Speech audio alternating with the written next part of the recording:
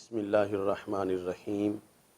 رب اشرح لی صدری ویسر لی امری واحلل عقدۃ من لسانی یفقہوا قولی رضیت باللہ ربا وبالاسلام دینا وبمحمد صلی اللہ علیہ وسلم نبیا ورسولا۔ اللہ اکبر اللہ اکبر اللہ اکبر، لبیک لبیک لبیک یا رسول اللہ صلی اللہ علیہ وسلم۔ الحمدللہ رب العالمین والصلاة والسلام علی رسولہ الکریم وعلی آلہ واصحابہ اجمعین۔ الصلاة والسلام علیک یا سیدی یا رسول اللہ وعلی آلک واصحابک یا حبیب اللہ۔ مولاي صلی وسلم دائما ابدا علی حبیبک خیر الخلق کلہم۔ ناظرین، رب ذوالجلال کے فضل اور توفیق سے 1 فروری کو ایوان اقبال میں تحریک لبیک یا رسول اللہ صلی اللہ علیہ وسلم اور تحریک صراط مستقیم کی طرف سے تاریخی محبت اہل بیت رضی اللہ تعالی عنہم کانفرنس کا انعقاد کیا گیا، جو نہایت ہی پاکیزہ، تحقیقی اور روحانی اجتماع تھا۔ سادات کرام، علماء حق، شیوخ الحدیث، مدرسین، مفکرین اور عامۃ الناس نے اس میں شرکت کی، اور بندہ ناچیز نے اس میں تقریباً 5 گھنٹے کے دورانیے پر مشتمل مقالہ پیش کیا۔ اس تاریخی مقالہ میں محبت اہل بیت رضی اللہ تعالی عنہم کی فرضیت، شرائط صحت اور عظمت پر گفتگو کی گئی۔ شرائط صحت کا جو حصہ ہے اس کو بیان کرتے ہوئے یہ بتایا گیا کہ جس طرح نماز کی فضیلت تو بہت ہے، لیکن اس کا یہ مطلب نہیں کہ اس کی ادائیگی کی کوئی شرطیں ہی نہیں، بلکہ اس کی ادائیگی کی شرائط ہیں۔ وہ شرائط اگر پیش نظر رکھی جائیں گی تو پھر نماز صحیح ہوگی، اور اگر وہ شرائط پیش نظر نہیں رکھی جائیں گی تو نماز ہرگز صحیح نہیں ہو سکتی۔ تو ایسے ہی محبت اہل بیت رضی اللہ تعالی عنہم، جو کہ ایک فریضہ ہے اور جس کی بڑی فضیلت ہے، اس کے لحاظ سے بھی شرائط، ان شرائط میں سے ایک شرط یہ بیان کی گئی کہ محبت اہل بیت رضی اللہ تعالی عنہم کا سبب ذات رسول صلی اللہ علیہ وسلم اور ایمان بالرسالہ، کہ نبی اکرم نور مجسم شفیع معظم صلی اللہ علیہ وسلم کی آل پاک کا پیار ہم پہ فرض ہے، اس لیے کہ وہ رسول پاک صلی اللہ علیہ وسلم کی آل پاک ہے، اہل بیت اطہار رضی اللہ تعالی عنہم ہے۔ اور ایسے ہی صحابہ کرام رضی اللہ تعالی عنہم کی محبت بھی ہم پہ فرض ہے، اور اس کا سبب بھی ذات رسول صلی اللہ علیہ وسلم ہے، ایمان بالرسالہ۔ اور اس میں مقصد جو امت میں وحدت ہے، اس کا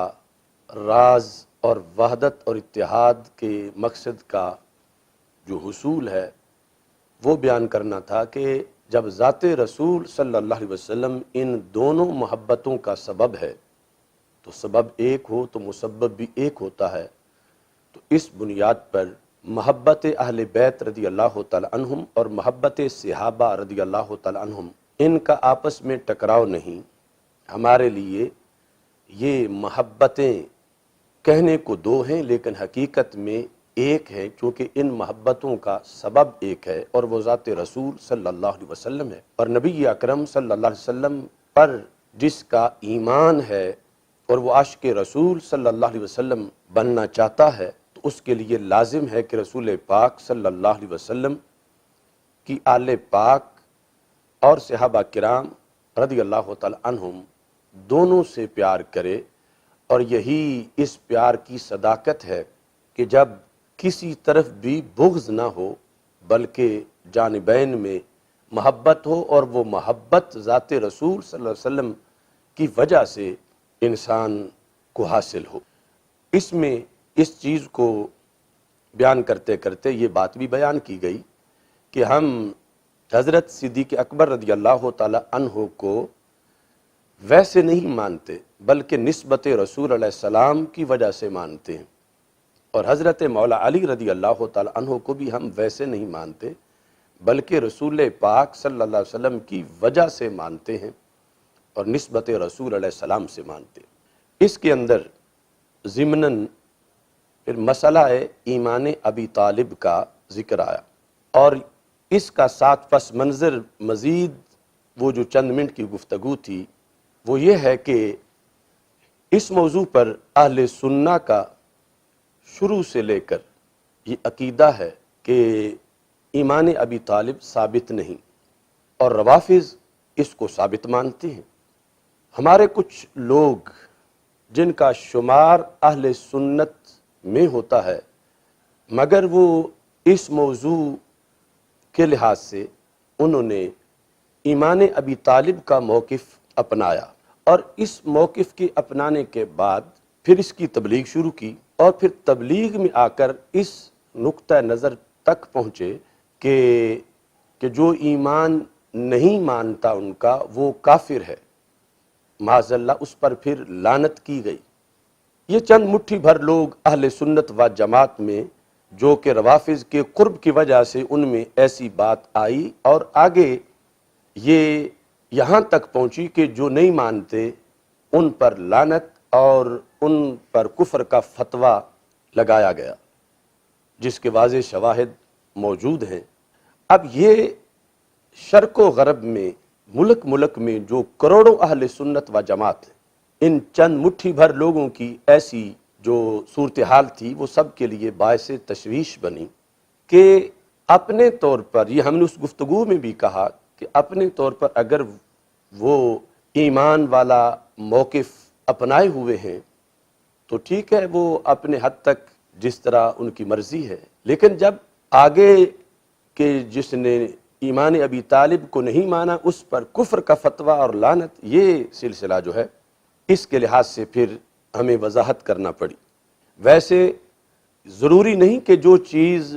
کتابوں میں ہے، اکابر نے لکھی ہے اور وہ عقیدہ ہے، اسے ضرور بیان بھی کیا جائے۔ یہی وجہ ہے کہ ہم نے سال ہا سال سے کبھی اس کو اپنی تقریر کا موضوع نہیں بنایا تھا، اور جب کوئی کہیں پوچھتا تھا تو اس کے ساتھ صرف اتنی بات کر دی جاتی تھی۔ لیکن اب جس وقت معاشرے کے اندر امت مسلمہ کی 14 صدیوں پر ایک حملہ کیا جانے لگا، اور وہ ایک بات جو کہ کوئی متأخرین کا فتویٰ نہیں یا آج کے کسی بندے کا یا میرا فتویٰ نہیں، جو بات قرآن سے ثابت ہے، رسول اکرم صلی اللہ علیہ وسلم کے فرمان سے ثابت ہے، خود مولا علی رضی اللہ تعالی عنہ سے ثابت ہے، اس کو جس وقت کفر کہا جائے تو یہ کس تک فتویٰ جا رہا تھا۔ تو ہم نے ان لوگوں کو باخبر کرنے کے لیے یہ متنبہ کیا کہ آپ یہ سوچیں کہ اس کا انجام کیا ہوگا اور کہاں تک آپ کی یہ جو بے احتیاطی ہے اس کا حملہ ہو رہا ہے۔ اس صورتحال میں ہم نے انہیں سمجھانے کی کوشش کی، اور پھر بھی اس پر دلائل نہیں دیے، صرف اختصاراً بس ایک دو باتیں اس وقت کیں۔ تو اس کے بعد ان لوگوں کی طرف سے بجائے اس کے کہ وہ کوئی غور و فکر کرتے، انہوں نے مزید اس مسئلے کو اچھالنا چاہا، تو ہم نے ان کو واضح کیا، اور یہ گفتگو اس وقت میں بالخصوص پاکستان کے جو مقتدر ادارے ہیں ان کے لحاظ سے بھی کر رہا ہوں۔ یعنی میں نے جو وہ گفتگو کی ہے وہ کوئی میرا اپنا فتویٰ نہیں ہے، وہ امت کے 14 صدیوں کے اکابرین کا فتویٰ ہے، وہ قرآن سے ثابت شدہ ہے، وہ ایک دو احادیث نہیں درجن سے زائد احادیث سے ثابت شدہ ہے، اور وہ موقف صرف امت کے فقہاء میں سے ایک حنفی فقہ میں نہیں بلکہ مالکی، حنفی، حنبلی، شافعی، ان سب کے اندر وہی موقف ہے جو میں نے آپ کے سامنے اس خطاب میں پیش کیا۔ یعنی وہ موقف اہل بیت اطہار رضی اللہ تعالی عنہم کا بھی ہے، صحابہ کرام رضی اللہ تعالی عنہم کا بھی ہے، اور اس کے بعد سیاہ ستہ جو ہم اہل سنت کی 6 بڑی معتبر ترین کتابیں ہیں، ان 6 کے اندر وہ ہے۔ اس کے علاوہ ہزاروں محدثین کا ہے، ہزاروں مفسرین کا ہے، ہزاروں فقہا کا ہے، ہزاروں صوفیاء کا ہے، یعنی علم تصوف سے بھی وہ موقف ثابت ہے اور اسی پیش کیا گیا جو بندہ ناچیز نے پیش کیا۔ اور اس کے ساتھ لغت کی کتابیں، تاریخ کی کتابیں، ان سب میں یہ موقف موجود ہے۔ حضرت سیدنا داتا گنج بخش اجویری رحمہ اللہ تعالیٰ کی کشف المحجوب میں اس مسئلہ میں وہی موقف بتایا گیا جو میں نے پیش کیا۔ امام بخاری ہوں یا امام مسلم، کسی جہت میں بھی دیکھو، بڑے بڑے جو ہمارے سلاسل ہیں، وہ چشتی ہوں، نقشبندی ہوں، سہروردی ہوں، قادری ہوں، کوئی سلسلہ ہو، اس کے جتنے اکابرین ہیں ان سب کا وہی موقف ہے۔ اور اس پر یہ میں نے بلا وجہ یہ کتابیں نہیں رکھی ہوئی، یہ سب کتابیں آپ دیکھ لیں، اس میں نشانیاں لگا کے رکھی ہوئی ہیں حوالہ جات کی، اور یہ ایک جھلک ہے۔ اس کے علاوہ بھی ہزارہا حوالہ جات ہیں، اور وہ لوگ جو اپنے آپ کو اہل سنہ کہلوانے والے تھے، اگرچہ ان کا سنی ہونا اب مشکوک ہو چکا ہے، لیکن چونکہ وہ اپنے آپ کو اہل سنت کہلواتے ہیں تو اس لیے انہیں کہ جن کے سامنے اعلی حضرت امام احمد رضا بریلوی رحمۃ اللہ علیہ کا مقام جو ہے وہ اتنا وہ تسلیم شدہ ہے کہ انہیں اس مقام کی شرم و حیا ہے، وہ جو داتا صاحب کو ماننے والے ہیں، وہ جو امام بخاری کو ماننے والے ہیں، ان کے لحاظ سے میں نے مختصر ایک جھلک پیش کی۔ اور اب بیچ میں روافظ بھی آ کودے، جبکہ ہماری ان سے گفتگو نہیں تھی، گفتگو تھی اپنے ان احباب سے جو سنی کہلواتے ہیں، اور ان کے لحاظ سے بھی میں نے تیاری کر رکھی ہے، اور اب بھی تیار ہوں کہ وہ اگر مسئلہ سمجھنا چاہتے ہیں کسی بھی فورم پر لائیو وہ مجھے دعوت دیں اور اپنا کوئی نمائندہ سارے اتفاق سے مقرر کر لیں، اور میں اداروں کو کہتا ہوں، حکومت کو کہتا ہوں کہ وہ یہ علمی بحث کروائیں، اور میں صرف مبالغہ نہیں، حقیقتاً ہزارہا حوالہ جات پیش کروں گا اس موقف پر، جو موقف میں نے اکابر کی طرف سے پیش کیا کہ ان سب پر صحابہ و اہل بیت سمیت معاذ اللہ ان لوگوں کی طرف سے کفر کا فتویٰ لازم آ رہا تھا۔ اس بنیاد پر ان سے یہ گفتگو کی۔ اب جو روافظ درمیان میں آ ٹپکے اور مجھے پہنچا کہ وہ کوئی مناظرے کا چیلنج کر رہے ہیں، تو یہ بھی میں اداروں سے کہنا چاہتا ہوں، چونکہ ہمارے اور ان کے اصول جدا جدا ہیں۔ یہ جو اہل سنت کہلوانے والے تھے ان کے لحاظ سے میں نے جو طریقہ کار تھا وہ واضح کیا۔ اب ان لوگوں کی طرف سے جو چیلنج کیا جا رہا ہے تو میں اس کے لیے بھی حاضر ہوں، چونکہ وہاں ہمیں پہلے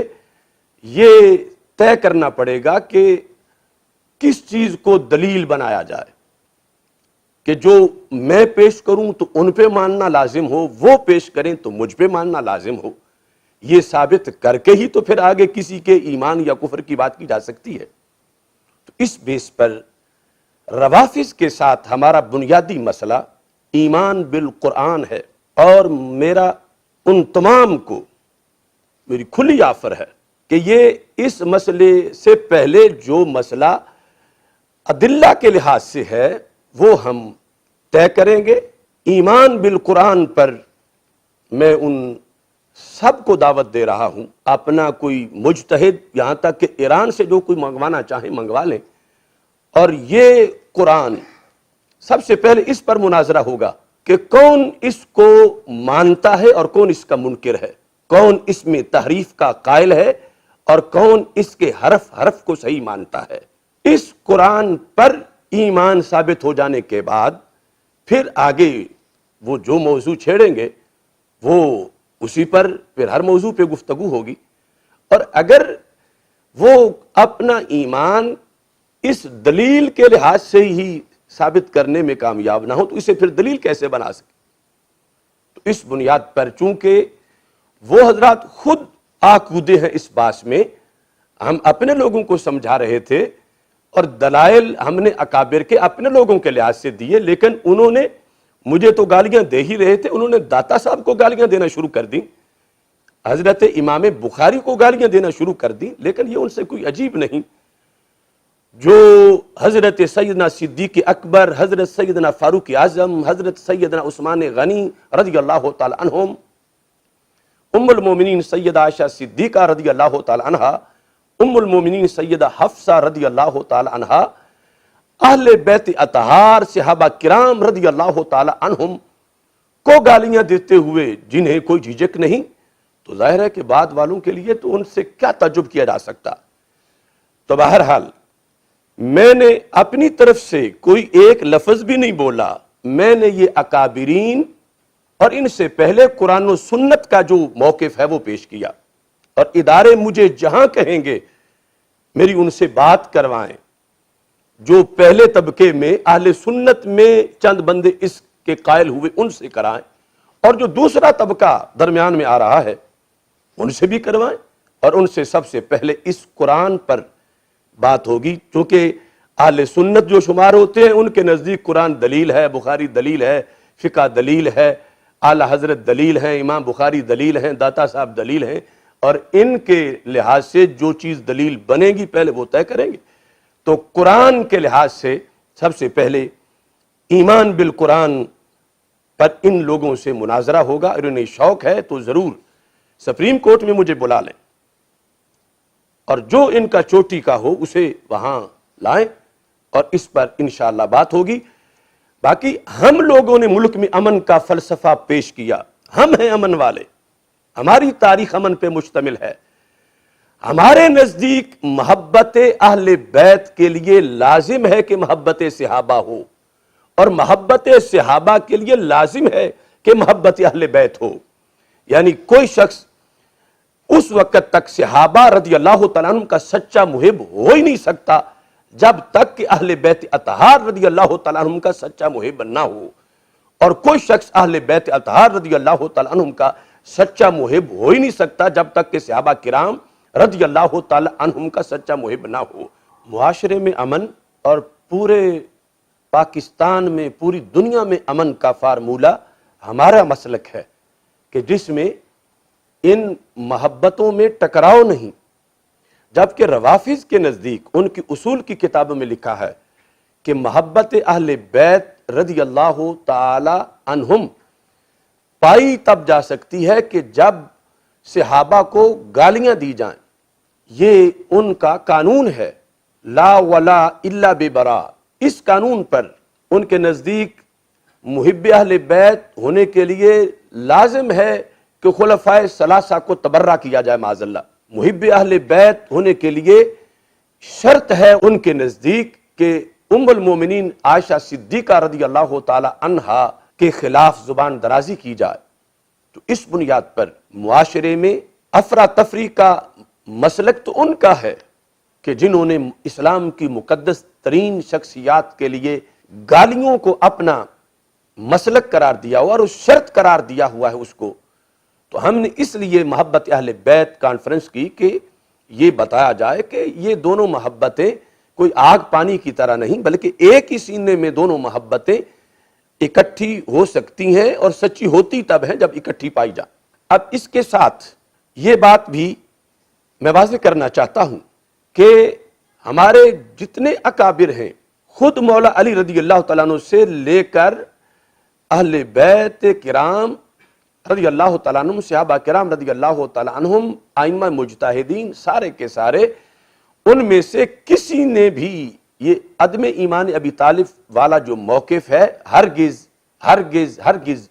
بغض علی کی وجہ سے اس کو اختیار نہیں کیا۔ اور جو کوئی شخص بغض علی کی وجہ سے کفر ابی طالب کا قول کرتا ہے، ہم ہرگز اس کے حامی نہیں ہیں اور اس کے ساتھی نہیں ہیں۔ ہم تو مولا علی رضی اللہ تعالی عنہ اور ان سے پہلے خود جس وجہ سے مولا علی کا پیار ہمارے دل میں ہے، رسول اکرم نور مجسم شفیع معظم صلی اللہ علیہ وسلم، آپ کی شریعت کا حکم سمجھ کے ہمارے اکابر شروع سے حضرت مولا علی رضی اللہ تعالیٰ عنہ کا حکم سمجھ کے اس پر موجود، یعنی حکم بمانا کہ ان کی روایت سند سے موجود ہے، حدیث سند سے موجود ہے، لہٰذا یہ عدم ایمان ابی طالب یہ بغض علی کی وجہ سے نہیں، قول علی کی وجہ سے ہے، فرمان نبی کی وجہ سے ہے صلی اللہ علیہ وسلم۔ اور اگر کوئی بغض علی کی بنیاد پر اس طرف جاتا ہے تو ہم ہرگز اس کے حامی نہیں ہیں۔ اور دیکھو اہل سنت و جماعت، اگر بغض ہوتا تو پھر یہ اہل سنت ہی تو حضرت مولا علی رضی اللہ تعالی عنہ کی عظیم امی جان حضرت فاطمہ بنت اسد رضی اللہ تعالی عنہ کے فضائل و مناقب بیان کرتے ہیں۔ ہم ان کے ایمان کو سلام کرتے ہیں اور ان کی کرامات اور ان کے فضائل بیان کرتے ہیں، تو یہ عجیب بغض ہے کہ جو ایک طرف تو حملہ کرے اور دوسری طرف فضیلتیں بیان کرے۔ تو ہم نسبت ایمان کو دیکھتے ہیں، مولا علی رضی اللہ تعالی عنہ سے پیار سرکار کی وجہ سے ہے، اور مولا علی رضی اللہ تعالی عنہ کی جن کی آگے نسبت جن کی طرف ہے ان کا پیار بھی اس نسبت ایمان کی وجہ سے ہے۔ اور ہم حضرت سیدنا عبد المطلب رضی اللہ تعالی عنہ کے ایمان کے قائل ہیں تمام اہل سنت و جماعت، اور اس میں ایمان والدین رسول صلی اللہ علیہ وسلم ہم اس کے قائل ہیں۔ یہ ایک طویل بحث ہے جس پر دلائل انشاءاللہ ہم پیش کریں گے، لیکن یہ بات بڑی قابل غور ہے کہ آج جو لوگ میرے خلاف احتجاج کا اعلان کر رہے ہیں، کہ انہیں پتہ نہیں کہ اس ملک میں ایک وہ طبقہ بھی ہے جو رسول پاک صلی اللہ علیہ وسلم کے عظیم والد گرامی حضرت سیدنا عبداللہ رضی اللہ تعالی عنہ کے ایمان کے وہ قائل نہیں اور ان کے کفر کے فتوے ہیں اور وہ بیان بھی کرتے ہیں۔ تو اس ٹولے کو آج تک ان کے خلاف احتجاج کیوں نہیں سوجا؟ یہ تو ویسے ان کے نزدیک جو ان کے کتابیں ہیں اصول کی، ان میں سے تو ویسے ثابت ہے کہ یہ مولا علی رضی اللہ تعالی عنہ کو خود رسول پاک صلی اللہ علیہ وسلم پر بھی کئی وجوہ میں مقدم سمجھتے ہیں۔ تو اس احتجاج کی صورتحال میں بھی یہ واضح ہو رہا ہے کہ سرکار کے والدین کریمین پر کفر کے فتووں پر جو ایک ٹولے کی طرف سے لگائے گئے وہ ان کی بد نصیبی ہے۔ ان لوگوں نے آج تک اس پر تو کوئی احتجاج نہیں رکھا۔ ہم نے تو سیمینار کیے ہیں ایمان والدین رسول صلی اللہ علیہ وسلم پر۔ تو اس سے پتہ چلا کہ انہیں سرکار صلی اللہ علیہ وسلم کے عظیم والد سے زیادہ اہمیت مولا علی رضی اللہ تعالی عنہ کے والد کی ہے، اگرچہ ان کا کلمہ ثابت نہ ہو۔ اور پھر اعلان نبوت سے پہلے کے معاملات اور ہیں، اور اعلان نبوت کے بعد جو لازم ہوا زندہ لوگوں پر کلمہ پڑھنا اور پھر انکار پر جو صورتحال مرتب ہوئی وہ اور ہے۔ تو یہ بے شک ہمارے خلاف احتجاج کریں، ہم ان کو نہیں روکتے، کیونکہ جتنی دیر میرے خلاف بولیں گے اتنی دیر ان کی زبانیں حضرت صدیق اکبر، حضرت فاروق اعظم، حضرت عثمان غنی، حضرت سیدہ عائشہ صدیقہ، حضرت سیدہ حفصہ رضی اللہ تعالی عنہم، ان کے لحاظ سے تو ادھر سے تو بند رہیں گی۔ تو یہ بھی ہمیں فائدہ ہے کہ ان کی زبانوں سے جو تبرے نکلتے ہیں اسلام کے ان محسنین اور محسنات کے خلاف، اس سے تو کچھ وقت یہ رک جائیں گے۔ میرے ساتھ رابطہ کیا بہت سے اپنے تنظیمی کارکنان نے، اہل سنت کے علماء و مشائخ نے، کہ ہمارے لیے کیا ہے، ہم بھی کہیں احتجاجی مظاہرہ رکھیں، ہم ان کے مقابلے میں رکھیں، ہم ان کو روکیں۔ تو میں نے سب کو کہا اور اس ویڈیو کے ذریعے بھی سارے اہل سنت اور کارکنان کو کہہ رہا ہوں کہ میرے خلاف جو احتجاجی مظاہرہ یہ روافض کرنا چاہتے ہیں جہاں جہاں بھی، ان کو کرنے دیں اور رکاوٹ نہ ڈالیں، اور ان کے خلاف اس موقع پر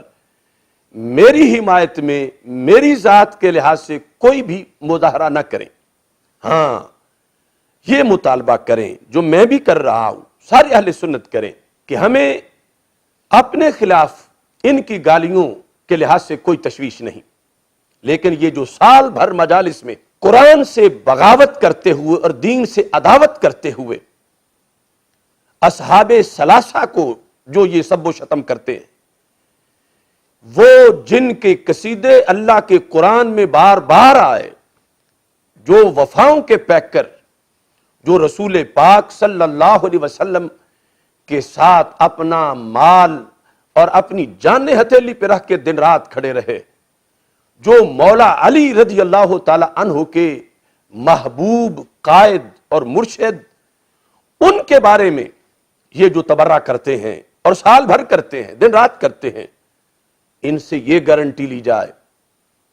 کہ یہ اس تبرے سے باز آ جائیں، یہ بدامنی نہ پھیلائیں، یہ معاشرے میں انتشار نہ کریں۔ اور دوسری صورتحال، یعنی جہاں تک انہیں مناظرے کا شوق ہے، چونکہ میرے پاس ان کے کلپ آ چکے ہیں جس میں مناظرے کی دعوت دی گئی ہے، تو میں نے مناظرے کی ان کی دعوت قبول کر کے اس کا طریقہ آگے بیان کر رہا ہوں۔ میں ان کو کہ ایک بندہ اپنا معین کر لو پوری دنیا سے اور پاکستان کی کسی عدالت میں آ جاؤ، اور مناظرے کا طریقہ یہ ہے کہ پہلے یہ طے ہوگا کہ دلیلیں کہاں کہاں سے پیش کرنی ہے، اور اس دلیل کے لیے پہلے بحث ہوگی کہ کس کا قرآن پر ایمان ہے اور کس کا نہیں، کون قرآن سے دلیل دے سکتا ہے اور کون قرآن کو معاذ اللہ معاذ اللہ معاذ اللہ ناقص سمجھتا ہے کہ یہ تو پورا قرآن ہی نہیں، یا یہ تو بدلا ہوا قرآن ہے۔ اس پر گفتگو کے بعد جب فائنل ہو جائے گا کہ دلیل کون دے سکتا ہے، تو پھر آگے جو ایمان ابی طالب کا مسئلہ ہے اس پر بھی آگے بالکل شرح صدر سے ہزارہا دلائل سے ہم اپنا موقف پیش کریں گے یا اپنا موقف پیش کریں۔ اب اس میں اداروں کو دیکھنا چاہیے کہ کس کا مسلک انتشار والا ہے، کس کی زبان پہ گالیاں ہیں،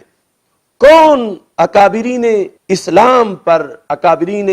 مسلمین پر، کس کے مذہب کا حصہ ہے تبرہ کرنا۔ اور ہم تو اس بات پر قائم بھی ہیں کہ ہمارے آقا صلی اللہ علیہ وسلم کا فرمان ہے لا تؤذوا الاحیاء بسب الاموات، تو ہم تو صرف مسئلہ بیان کرنے کی حد تک عدم ایمان کا قول کرتے ہیں جتنا سرکار کی حدیث سے ثابت ہے، اور اس کے ساتھ عدم ایمان ابی طالب کے ساتھ ہم فرق کرتے ہیں۔ ابو جال کا معاملہ اور ہے، ابو لہب کا معاملہ اور ہے، اور خدمات رسول صلی اللہ علیہ وسلم ہیں جن کا حوالہ دے کر حضرت عباس رضی اللہ تعالی عنہ نے سرکار دو عالم صلی اللہ علیہ وسلم سے سوال کیا تھا حل اغنیت عن امک شیئا، اور اس حوالے کو سامنے رکھ کر میرے آقا علیہ الصلوۃ والسلام نے جواب دیا تھا، جس میں یہ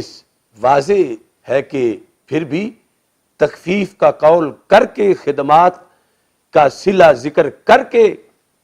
لیکن واضح عدم ایمان کو کیا تھا اور جہنم سے نہ نکلنے کو کیا تھا۔ تو اس بنیاد پر ہم وہ حکم جو قرآن کا ہے، وہ حدیث کا ہے، اور 14 صدیوں کے ائمہ مجتہدین اولیاء کرام کا ہے، اس کا بوقت ضرورت اظہار کرنے والے ہیں، اور اس کا بھی ایک محدود محتاط انداز سے ذکر کرنے والے ہیں، جو ہمارے اکابر نے کتابوں میں لکھا ہوا ہے۔ اپنے طور پر انداز بھی ہم اختیار کرنے والے نہیں، اکابر کا جو انداز ان کتابوں میں موجود ہے اس کے مطابق۔ لہٰذا یہ صورتحال ہے، اپنے لوگ بھی اس میں جذباتی نہ ہوں، چونکہ ہم چاہتے ہیں کہ وہ لوگ دلیل کے میدان میں آئیں، وہ چاہتے ہیں کہ انتشار پیدا ہو اور مسئلہ پھر دب جائے۔ ہم یہ چاہتے ہیں کہ ان سے